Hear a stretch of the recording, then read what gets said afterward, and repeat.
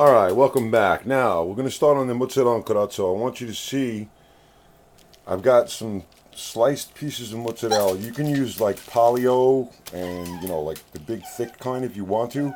But I find that when you work with the thin stuff, it's a lot easier to work with. I need two hands to get these things apart. Okay. Alright, Xander. Having a little trouble getting these slices apart. There we go. Okay, now, the secret to doing a mozzarella Encarozza that's going to hold together firmly is, as soon as I get this piece apart, I'm having trouble with this one, boy. Alright, Xander. Okay, here's a slice, you see? What you do, I'm going to do 2 slices per. So let me get this one away from the other one. Alright, Xander, I know, buddy. By the way, in the interim, I decided to put the chops into the oven to cook them off. And we're going to go over them with that wonderful shrimp chutney that I got going. Okay, I'm going to take the slices of cheese, right? So you can see, here's our bread. We're going to go into the egg with the cheese first, okay? Then we're going to lay that right onto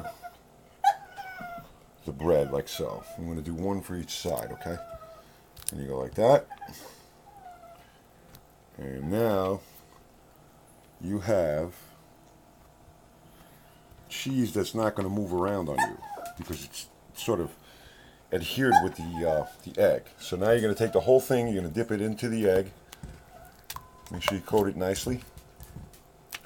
You don't want it to slide around on you, like I said. And you're going to go directly into the hot oil. Okay?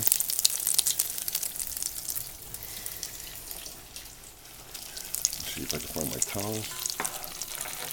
There's my long towels, okay. And you want to try and keep moving it.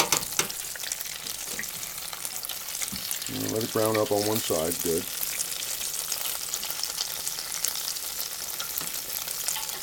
I want to make sure it's not sticking anywhere, so you keep moving it around like that.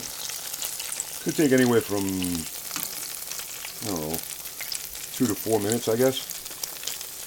But basically, that's the basic idea. The whole idea of keeping it together, like I said, is making sure that you coat the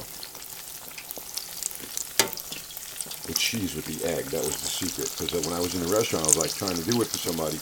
I'm like, why isn't this working? And then somebody explained to me, you got to coat the cheese that goes into the bread so it doesn't slip around.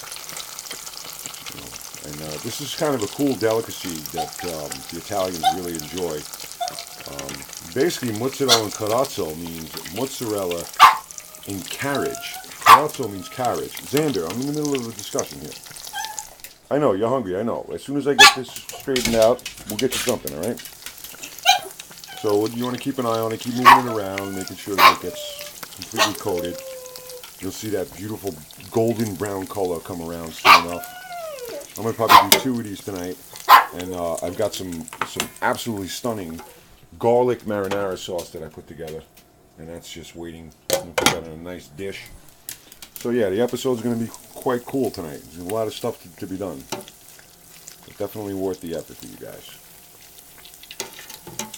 Big shout out to everybody who's on my pages, who's on Xander's Own, Culinary Composition, my family, my friends, everybody who's been good to me. God bless you all. See now, you can see the color starting to turn a little bit. It's starting to get a little more brown. I got it at 350. I think that's more than enough. So we're just going to let it go and let it keep on cooking. We want a nice golden brown consistency. Now another thing I'm going to show you is there's a couple different ways to do this. The first way I showed you is basically the plain idea. Now you could take dried parsley or fresh parsley if you have it. I don't have it, so I'm going to use dried.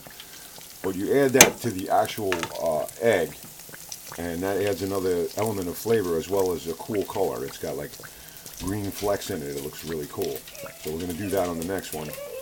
And this turned out to be a long episode, so I'm going to cut it short. And I'll show you what it looks like when we're done. Thanks for joining us, and we'll see you on the next one.